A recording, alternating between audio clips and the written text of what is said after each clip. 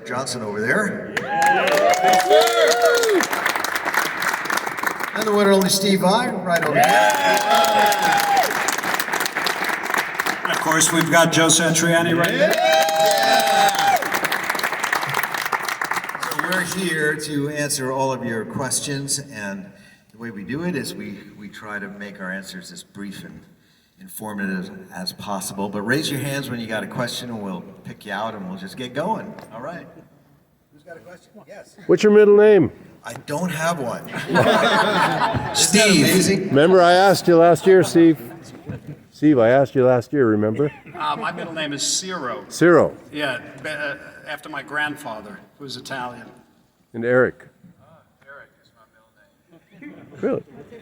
Yeah. Eric. Eric Johnson. It's David. Oh, yeah. David? So you like to start calling me Dave. Oh, you Dave. Dave's not here. Dave Johnson. That was my dad was David, so they had he was David Oliver, so they named me David Eric, and they didn't want to call me David at home because they called him David at home, so they called me Hey You. You get a lot of that if you have siblings, right? You get a lot of that. Hey, you. Yes. First of all, I apologize for keeping you from breakfast this morning. That's all right. That's Sorry okay. about that. I was curious, what kind of equipment and gear do you normally use and kind of process do you go through to get such a smooth, clean head shape? Ah, I was just about to say, well, I use a Marshall. I use a Remington. Yeah. Just anything that works, really. Yeah, anything that works. It's a crazy thing, isn't it? To shave your head in the morning. It's completely wrong. I mean, that's. But yeah, and you know, I don't know. It's not really. It's just whatever works. I'll use anything. Weasels, anything that's nearby. On the hair. At times he uses tape. I tell you, the funniest thing about that is I met some kids before a concert. They were like 13, 12 and 13. And these two kids had shaved their heads for the show.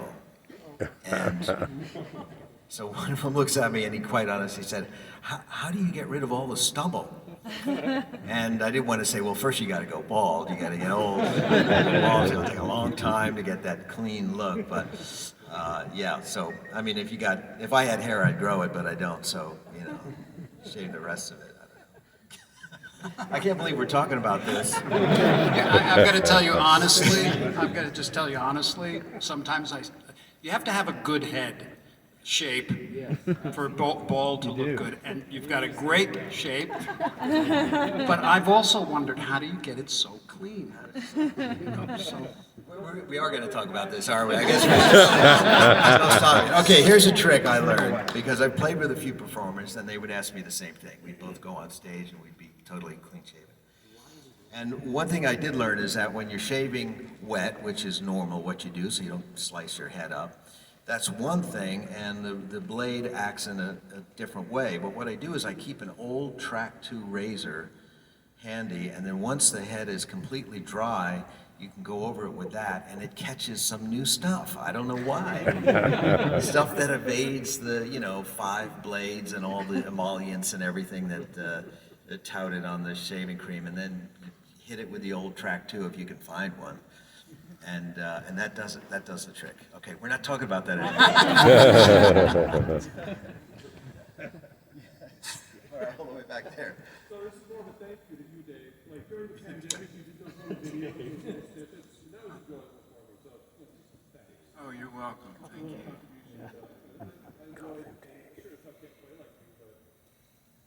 Well, that can be a good thing, in certain ways.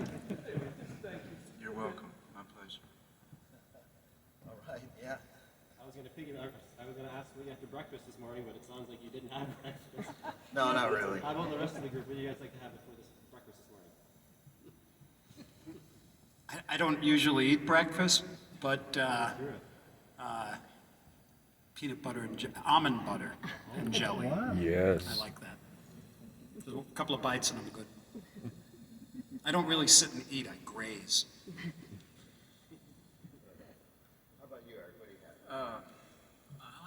smoothie joint to do that, you know.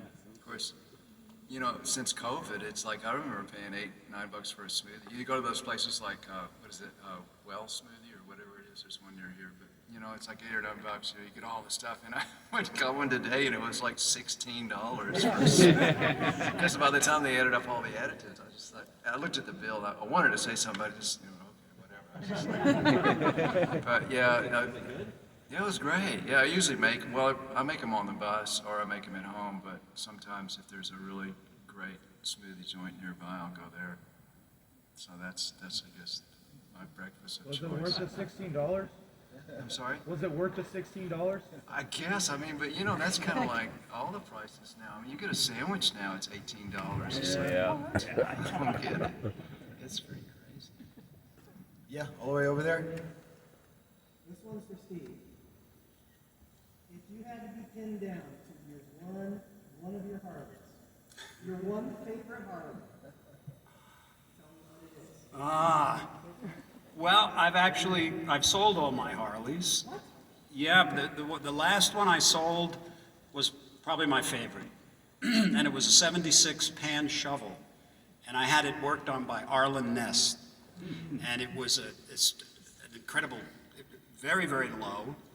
You could slip a, cigarette pack under it. It was far raked, it was chopped, it had bars like this, and a suicide shift, and a clutch, a foot clutch. And boy, did I love that. I was so good at riding that, I could ride it at a dime. I could go up steep hills, because it's very difficult. It had no front brake. And I don't know why it was, my infatuation with Harleys started when I was young, because my brother was a big Harley guy, and I started building mini bikes and motorbikes and all this kind of stuff. But that bike is a really great bike. My 46 Knuckle is at the Daytona Hard Rock. That was my favorite bike for many years. But I can't, because my shoulder, it's too difficult. And I'm planning, once all this, I've got so much touring over the next few years, I'm going to go back to a very electric glider, the newest dresser, because they're easy, sort of. Yeah, they're nice. All right, yes. So, when you guys are choosing people who are going to come up and jam with you guys, I was just curious, kind of like what the vetting process, like how come not like George Lynch, you know what I mean, or some of the other guys? George joined us actually back in '96. Oh. First time we played Phoenix. I didn't know that. Yeah. A lot of it has to do with availability. I was sending out some invitations today, and I was really happy to find out actually that everyone was working. When you get 20 responses and everyone's like, out of work and dying to come to the gig, you like, oh, it's Sammy. He's never out of work here. He makes his own work. But that's the first thing is just trying to find people who are in town when you're in town. Right That's on. a hard thing to do.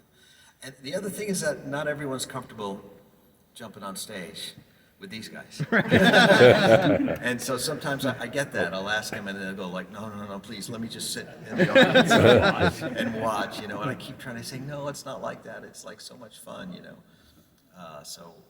yeah, it's interesting. We always like it. We're always talking about how we want to invite a friend up now and then, so yeah. It's not really much betting, just availability, Yeah. So the first time I saw you was with Sammy Hagar in Huntington Beach Oh, at, wow. at the High Tide Beach Party, Oh, the wow. one and only one that happened. Yeah. So are there any special memories or just something that stands out in your mind about you playing with Sammy or interaction with him? Oh, Sammy is so funny. He is just one of the most dynamic human beings you'd ever want to meet. Yeah, I met him. You know what he's like, right? Yes, I mean, he's a hurricane, a tornado, and an earthquake, all wrapped up in one lovable guy, And so humble, just a Yeah. good, all-around good guy. So Yeah, you're- he's very unassuming. The first time I met him was in the men's room, as a matter of fact. We were at a Bay Area award show, and we were both up. We were getting awards that night, and I was going to be playing with Montrose, I think. And I don't know if he and Ronnie were talking at that moment in time, but, and, like some people are very guarded, and, Sam, he's just not. He's just always open book, so he's always been that way.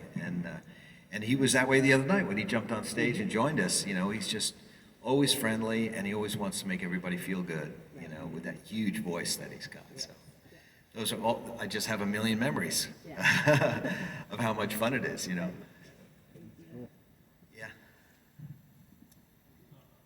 For Steve, what was it like filming Crossroads?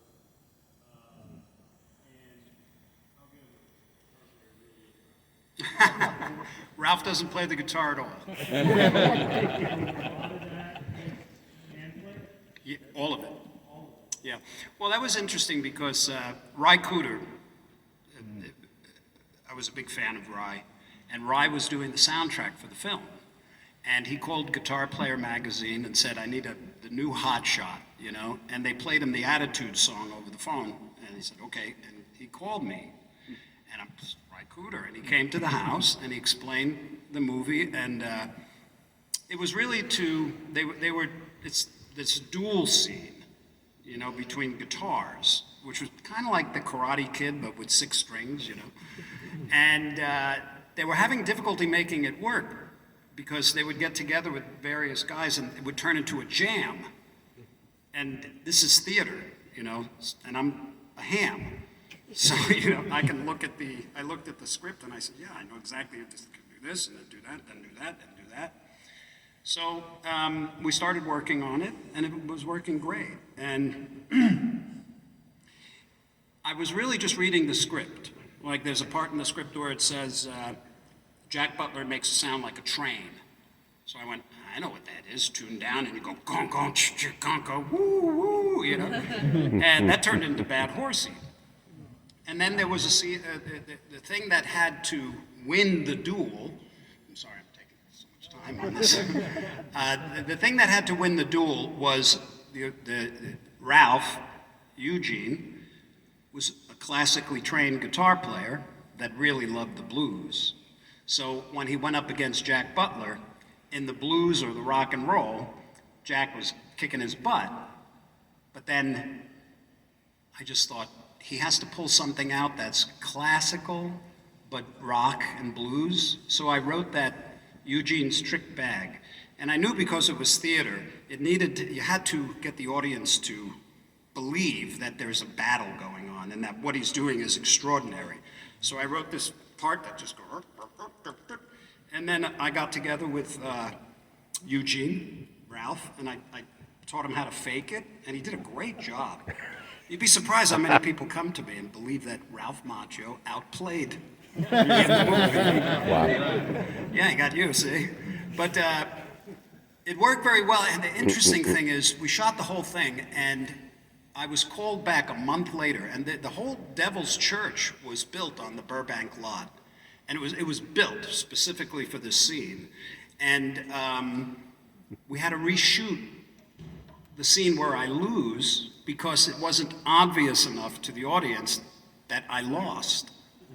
And it was an issue because I had cut my hair a little, I couldn't find a shirt that I was wearing, and they rebuilt this entire church and brought all the people in, and I re-recorded the ending, and it was so funny because I gotta make it obvious that I lose. So that last note, that's like 20 guitars all micro-tuned and falling apart. So look, I lost. Do you hear it? And it was reshot. Well, I might have, what I was doing. But what I discovered from that whole process was after that I started getting offers to be in films, but they were for the very, very dark characters. And I mean, some of the scripts, I didn't even think they wrote stuff like this, and I decided I didn't want to have anything to do really with the act. I like good acting, but I wasn't comfortable. It just always feels fake. It's not real. When you're on this stage with these guys, there's no cut. You're on the end. So it was fun. I enjoyed it. I answered picked out of the old. Yeah. For Eric, I just recently bought a Virginia Strat. Do you still have that original guitar? I don't. Whatever happened to it? Well, I sold it, which was real kind of stupid. I don't know why. I don't know why I did that. You know, I went through these periods where, like, if, you know, I'd find something else that I think I'd like better, you know, and I've always tried to, like, not accumulate too much.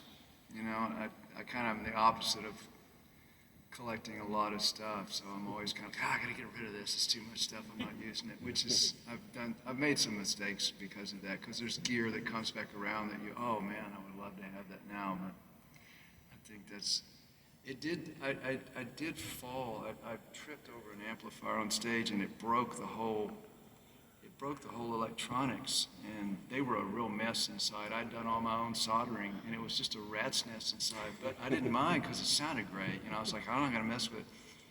And I took it to somebody, and because it broke the volume pod, and the pick guard was shattered because I took this fall, and I said, could you please just give me a new pick guard?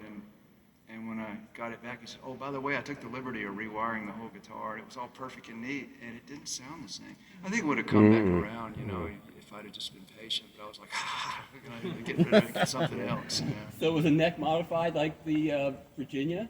Yeah, Larger pretty frets much. and flatter It's pretty radius? much a duplicate. Like I had it flattened and big frets and stuff. All the way over there. Do you guys still have feelings in your fingertips? Yes. Yeah. Too many. Too much. Or I don't know how to quantify it. I always have problems keeping calluses, so that's a thing. I try not to stay out of the ocean and streams and the rivers when I'm on tour. So yeah, lots of feeling. How about you? Yeah. Yeah. If I do dishes or if my hands get wet and I play, it can hurt a little bit. But having every now and then the calluses are they're like rocks, you know. And it's great. You know, you try to use your fingerprints and they don't work. Eric, you do any like special things for your fingertips? No, but they go through different phases sometimes, and sometimes they, you know, Stevie Ray used to use super glue, and I kind of learned that from him a little bit, because sometimes they'll get kind of cracked up, and if you start trying to fix it by peeling sections off, that's the worst thing you can do, because then you can cause more problems. So super gluing it back together it works. Yeah. Saved me on a few tours. The super glue, yeah. Save me at the camp. Yes. Back there?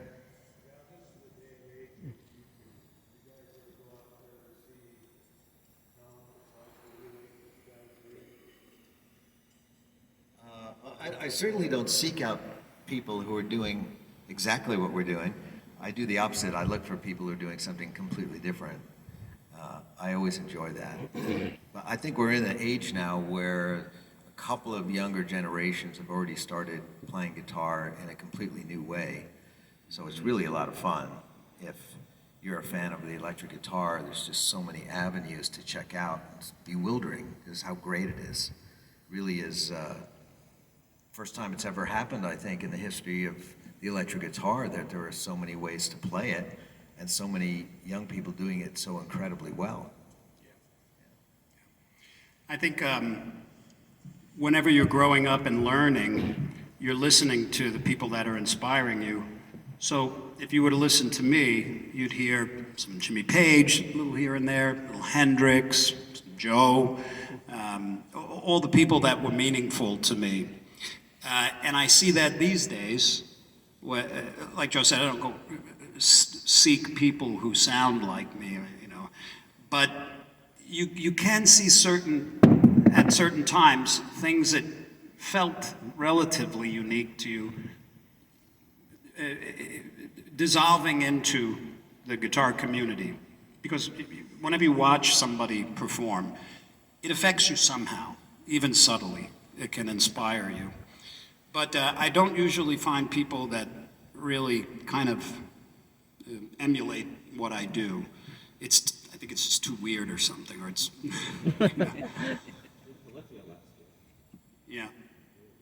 Yeah, Polyphia, there's a situation where it seems as though something has emerged that's unique in a particular style of playing, and it's taking off in that community.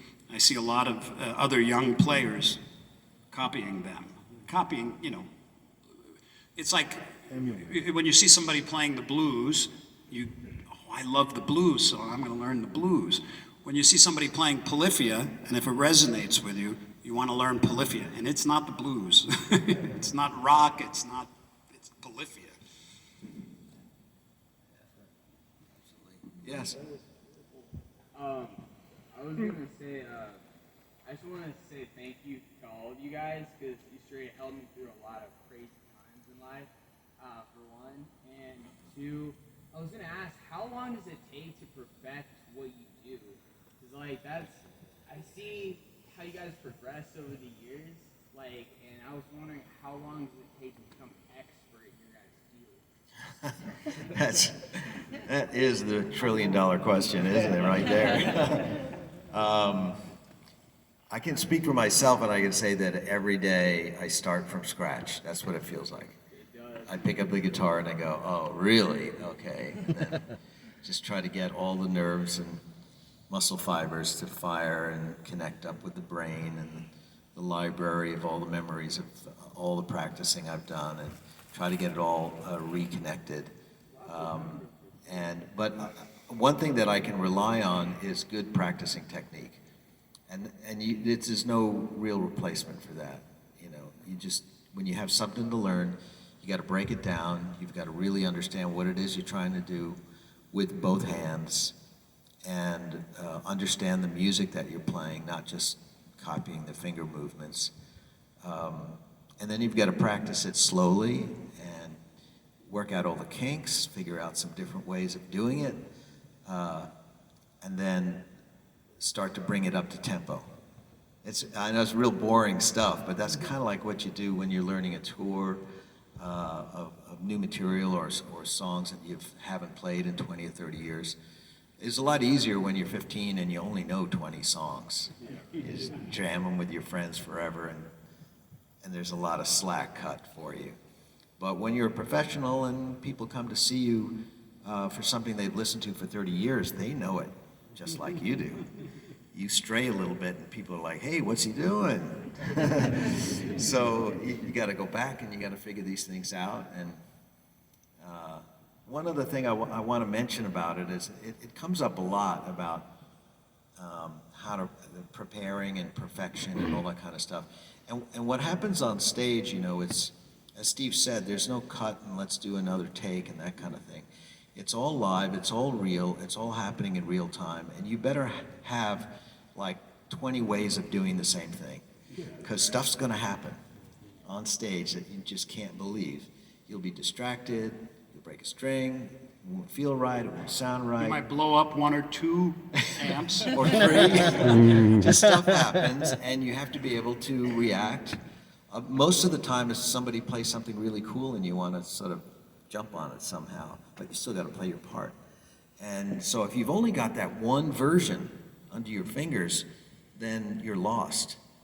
And that's what I think what I saw when I was young and I saw professionals play, is they seemed to tap into a musical well where they had a million versions of the same thing, and they could just kind of float around and just still make a great evening for everybody and not get faked out because the arrangement changed a little bit, or equipment malfunctioned or something like that. I don't know. Steve, what do you think about preparation? Well, it's how long does it take to get to where you're at, I think is based on 3 factors that are synonymous for achieving anything.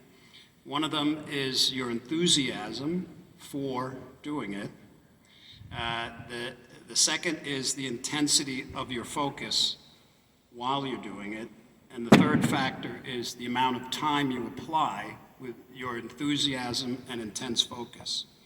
And that those 3 elements are core in accomplishing anything. If you think of what it is that you accomplish in your life that required those three things, the time that it takes is relative. It's the intensity of those three things. Yeah, I think they said it beautifully. It's that intensity and also, like Joe said, taking things really slow. There's a tendency, and I know this happens to me sometimes. You want to jump in at step 8, and I want to play this, and you have to back up and play it. The best thing you can do is play stuff super slow, because then you're looking at all the aspects of the way you're fingering it, the way you touch, the intention behind it. You're digesting all the attributes that are necessary to play well, because you can always get it faster. It's just a matter of if you can do it really slow, it's just a matter of time for you can speed up. And the only thing I would add is that I think sometimes people might get a little discouraged. They think, oh well, I didn't start when I was 4 or 5, but that's not really the case. I mean, Wes Montgomery didn't start playing guitar till he was 19, and he did pretty well, And, Wow. Or I don't know, Bill Withers, he played guitar actually on a lot of his stuff. He didn't start till the early 30s, so it's never too late. You can always. That's awesome. Yeah. All the way over there?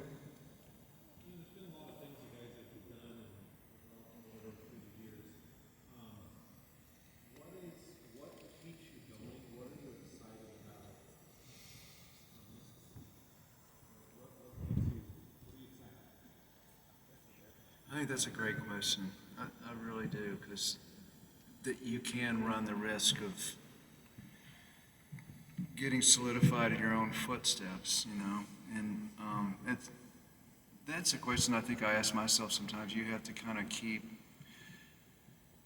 it's that old saying, be childlike, not childish, If we stay childlike, we stay open, I always kind of tell myself, I've always had this thing since I was a kid, like, just always remain a student of the guitar. I don't ever want to not be a student of the guitar, because you never, it's just a journey, and you always can be open, and you can learn from everybody, I mean, I can learn every night these guys play, it's like going to school, and you can learn from, I was listening to some Bob Dylan the other day. I said, man, he was a great folk picker, the way he played. I mean, it wasn't necessarily Merle Travis, but it was a thing, And if you look inside the things of what people do, it can give you chills, like, wow, because you lose yourself for a second and you see the intrinsic beauty in what they do, So just remaining a student, remaining childlike with the wonder of the potential that can happen, because we're the ones that limit ourselves. So that's what I try to tell myself. Yeah, that is a good question, and it's not an uncommon one. I think the thing that keeps me going, so to speak, is probably the same thing that keeps anybody going that's doing things that maybe have a quality to it, and that's an inspired idea. That when a person receives an inspired idea, an inspired creative idea, they immediately want to live and do it. And I believe that everybody has a unique talent or an ability to, everybody is uniquely creative at something. There's something that is clear to you. It might be music, or maybe music is like a hobby you're learning. It could be cooking, it could be bricklaying, it could be counting, it could be painting, there's something in people individually that they go, oh, I like that. There's something about that I like. I want to get in the clay, And when you're giving your attention to that, because many people don't, that becomes kind of pipe dreams. Yeah, I'd like to do that, but I have to do this, But when you are engaging in your uniquely creative interests, it's like the ideas come to you almost like from the universe, and they're built specifically for for you, because they have within them your level of enthusiasm for the idea. You have certain tools for them. I mean, there's things that you might see that are very clear to you, and you just don't understand why some others just don't see it as clear, you know? It's a natural kind of a thing. So if a person is lucky enough to identify their joy, their creative joy in life, and if they're fortunate enough to not make any excuses about throwing themselves into it fully, then you will receive, and the idea is the inspiration you receive, it doesn't come as a voice in the head that's trying to figure things out. It's just a whoosh, and it comes with the feeling of enthusiasm, and it's accompanied with an understanding that, yeah, I could do this too. I know I could do this. Then you have to apply the time. You have to get past the obstacle of your own belief that you're not worthy to do it. Does it make sense? Because that's the obstacle that stops people from throwing themselves into their creative joy without any excuses. So when you create that opening, the inspiration for a fun thing to do, or song, or whatever, that's what keeps you going.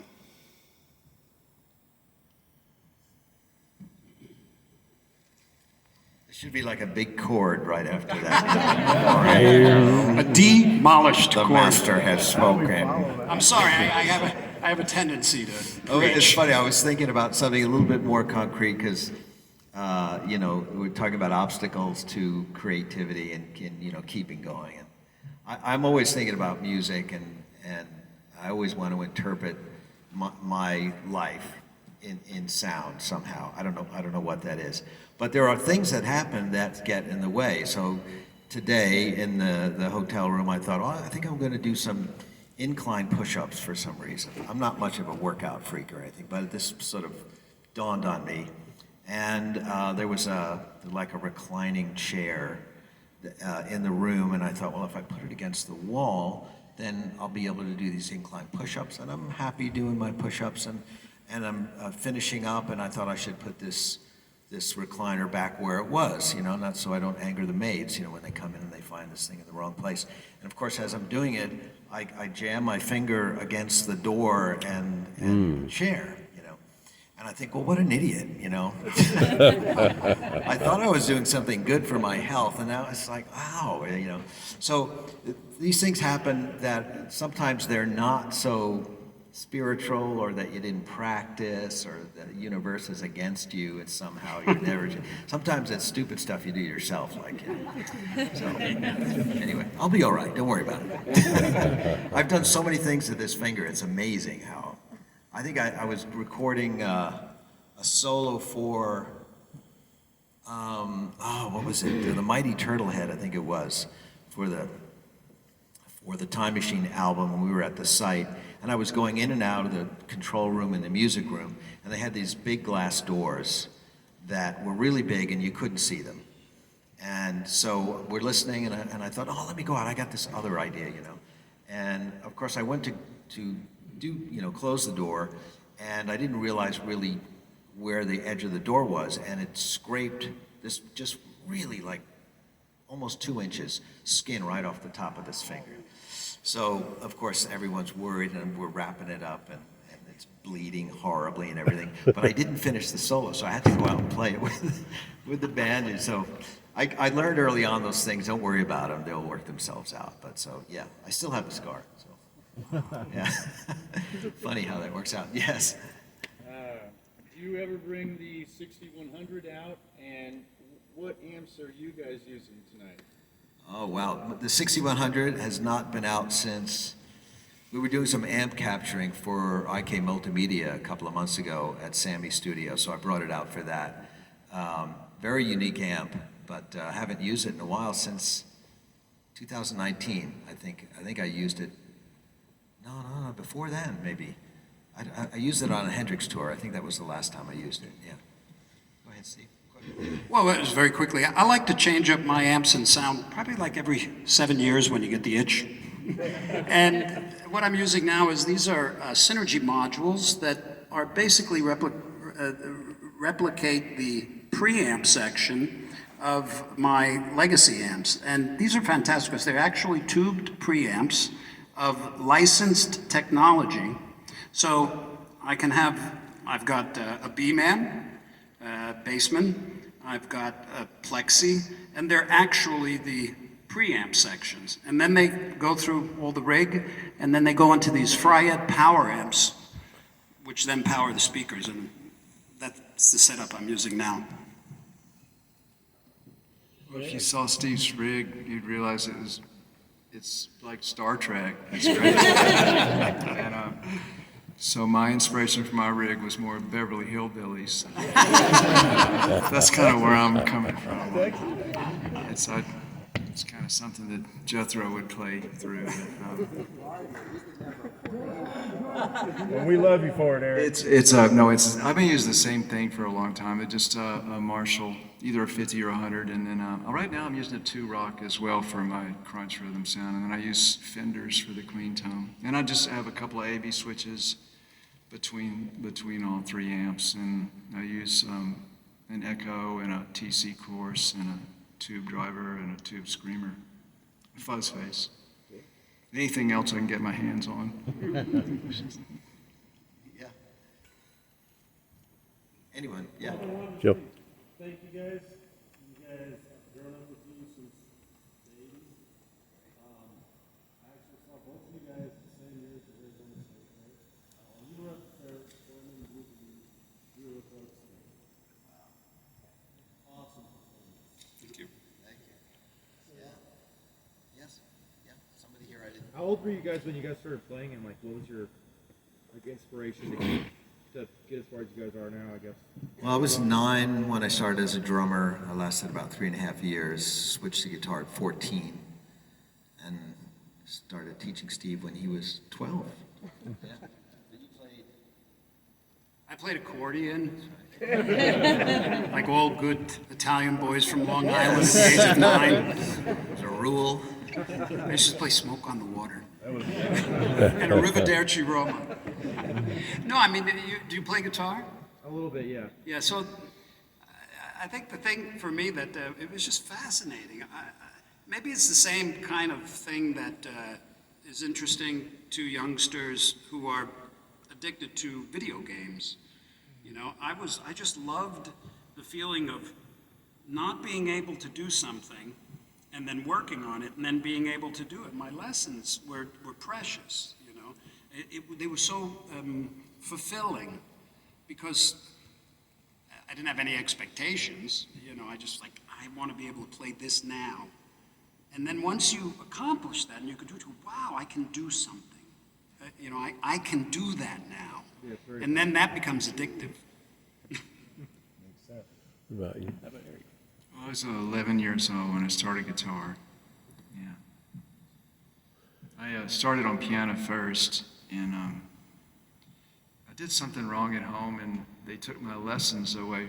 I was taking guitar lessons for about a month, and they said, okay, you can't go to, because that was I'm going to go to guitar lessons, and they said, you can't go to guitar lessons anymore, you're grounded because I did something. And so I had to sit down, and I played piano, so I sat down at the piano. Took apart the TV and welded it back. Yeah, so I sat down at the piano, and I just figured, well, I play piano, so I will figure out those notes on guitar. So I sat there for, just like, okay, that's an A, here's the A there, and then all of a sudden there was that day, like a week or so later, you go, oh, wow, it starts repeating itself after the 5 notes on the low string will start repeating itself on the 5th string and on, so it's just that's what I did when I was like 11 years old. Do you guys put any enamel on your right hand fingernails to protect from when you're finger picking the steel strings? Doesn't the steel strings wear your fingertips down a little bit? I don't use anything like that. You guys use? The only real problem I have with my nails is this first finger right here, because I use this part. If you look at my nail, there's a big indent right there, and that gets very painful, especially at the camp, 4 hours a night going. Dun, dun, dun, dun, dun. So that I'll use super glue. Joe, Gel nails work really good. Thank you. Fingers, because I used to wear down till I bleed. And Well, yeah, maybe it's worth a try. Actually, might be worth a try. Eric, you finger pick, do you use any stuff? I don't use any. I wish I could use, I wish I had nails to, because I love acoustic players that finger pick with their nails, you know, but my nails are, I don't think that, I guess I could get some of those fake nails, like a lot of finger pickers do. I don't know, but I like the sound without the nails for electric guitar, so it probably might get in the way of electric, but I just use my fingers. I might add that I had Matteo Mancuso at my camp, and he's this new player, Italian player, and he uses his fingers, and he's phenomenal. Right. And he has like, they're very short, but they're just enough sticking out, and they're enamel, they're fake, and that's how he does it. Yeah, and they're rock. Brilliant. That's brilliant. Yeah, he sounds amazing. Yes, I don't think we asked you. Yeah, go ahead.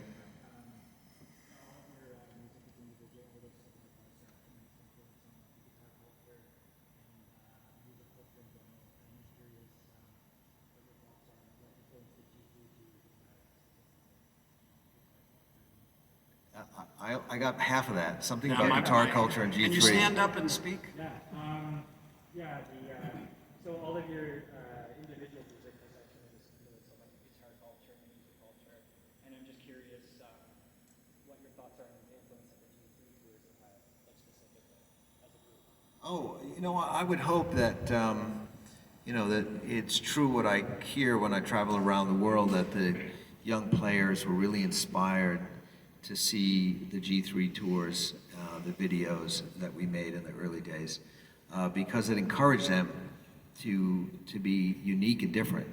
Because that's what all of our DVDs really showed, was that it was the coming together of players who were really quite different, they came from different bands, and they played differently, and they used their guitars differently, but the commonality is that we loved exchanging what we knew about music, and we loved entertaining for the fans.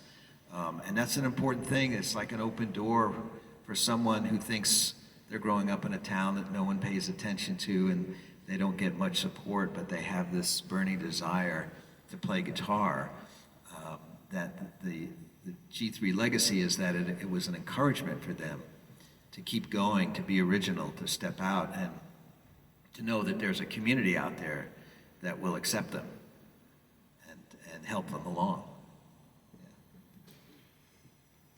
I have to say, we do owe Joe a debt of gratitude, because when I was a kid, there was nothing like this, like G3. And, right? No. And what a cool thing to have when you're a guitar lover, right? Amen. Yeah. And I just know that being a part of it is obviously an honor, but I believe it's the first time this kind of thing has been made available.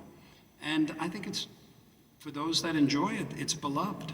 And it's so nice that it came together. Yes. Thanks, Joe. Thank you, Joe. You're an innovator, bro.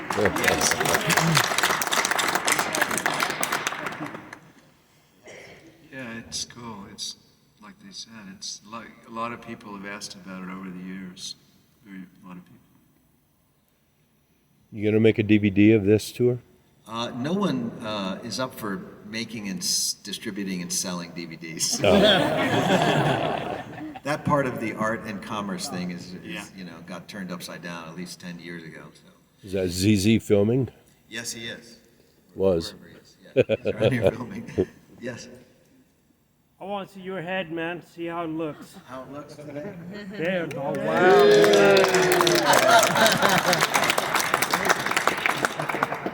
It is a bit drafty up here, so. Your turn, Steve. Sunglasses. I don't have a hair do, I have a hair don't. Hey, here, go. All right. Yes. Speaking of camps, I know you're busy this year, but is there going to be your camp coming up at some point in 2025 maybe? Yeah, I'm sure there will be. I haven't figured it out yet, but yeah, I've got so many things I'm looking at for the next 9 months that I've pushed that out. Haven't thought about it yet. Can I do one more if I ask you? How did you get Christopher Guest to play on your last record? I think it was yours. Yes, yeah. He was on Shapeshifting. Actually, I just called him up and asked him. So, but I've known Christopher since I think '89 or something like that. It's the first time I played with Spinal Tap, and I played with him a few times. It's always fun. It's always ridiculous, you know. It's really funny when you're the straight person in a band that's made up of really great actors and they're in character, because they don't break character. So you walk out on stage thinking, oh, this is going to be great, going to jam with my friends, and you go, oh, they're real actors. I'm not, you know. I'm just a guitarist, you know. It's something you don't really feel until you get out there, and then you notice they have this extra discipline that's really remarkable. So I've known for a very long time. So yeah, I just felt that this song, Yesterday was such an odd song. And I was thinking, we need some kind of mandolin. I really can't play mandolin like a mandolin player, but Christopher's amazing. He plays every day for a few hours. So so we got him to play, and we just, whatever he played, that's what we used. It was amazing. Best in show. Since the Stonehenge days. Yes. Nobody knows who they were or what they were doing. Yes. Back there.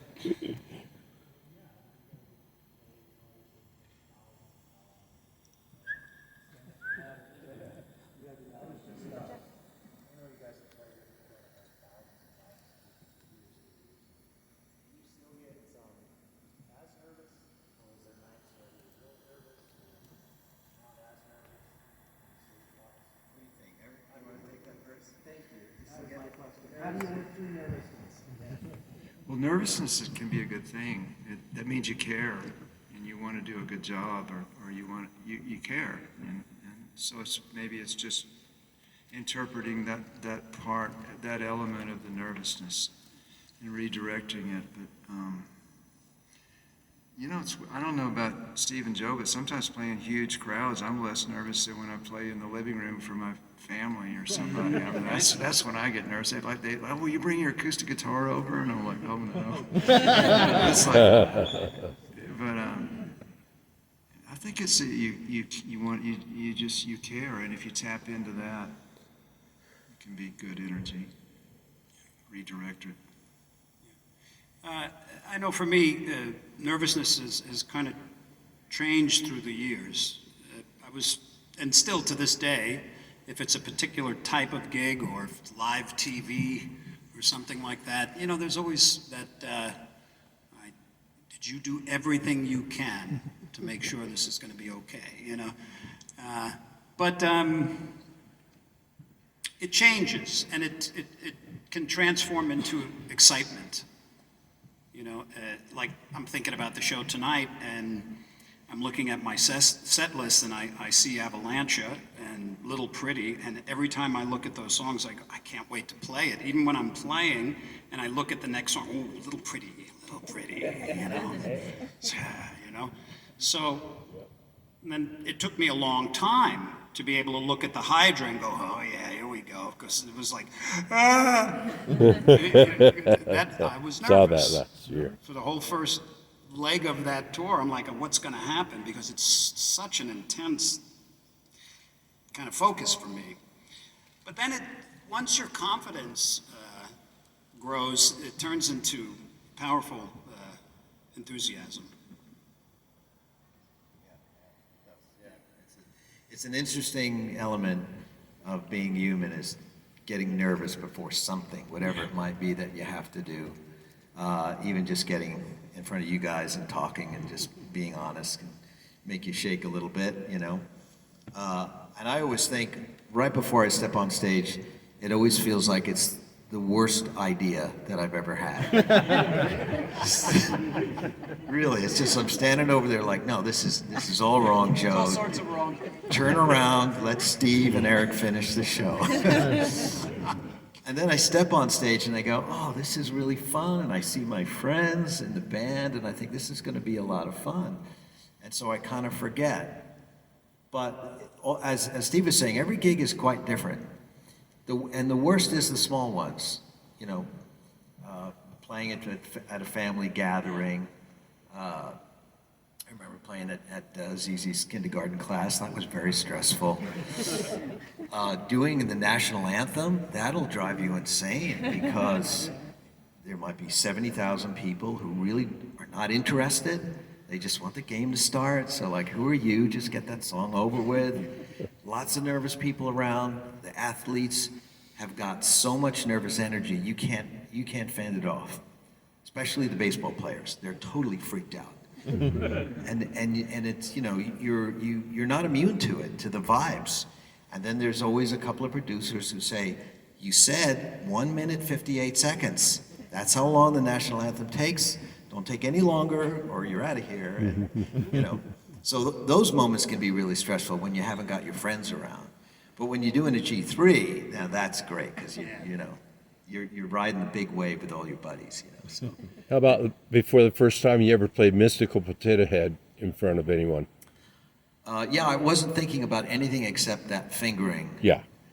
The funny thing about that song is that in the studio, it seemed like a great idea because I just sat and I waited and I waited and then I did the arpeggios and I had the scarf around the neck and the perfect sound and I could just use one hand here and mute the strings here. And I thought, this is a piece of cake.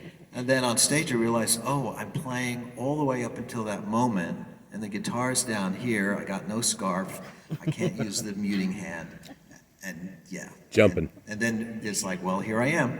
It's like you get on the board, you jump on the wave, and you go, okay, you just got to do it. Thanks, Joe. Yeah. Appreciate World it. slows down, and every note, it takes about a minute, seems like it. Da, da, da, da. It's crazy, but yeah. Anyway, I'm so nervous about these photos. Yeah. Not as nervous as they are, though. I can tell. You guys aren't nervous for photos, are you? No. All right, folks, we're going to hand you over back to Alistair, and he's going to give you some instructions here, okay? Okay, it's really complicated. So row 2 and 3, we've got the first row, we're going to stand up, move over to the right against the wall, because we're like a loser. Okay? We're going to go over to that side. Row 1, you're going to stay where you are. My question is, how do I get a set list? At the end. No, he's talking about at the end. Thank you, guys. Appreciate it. Thanks for all the years of music and inspiration. Trundrumbaline.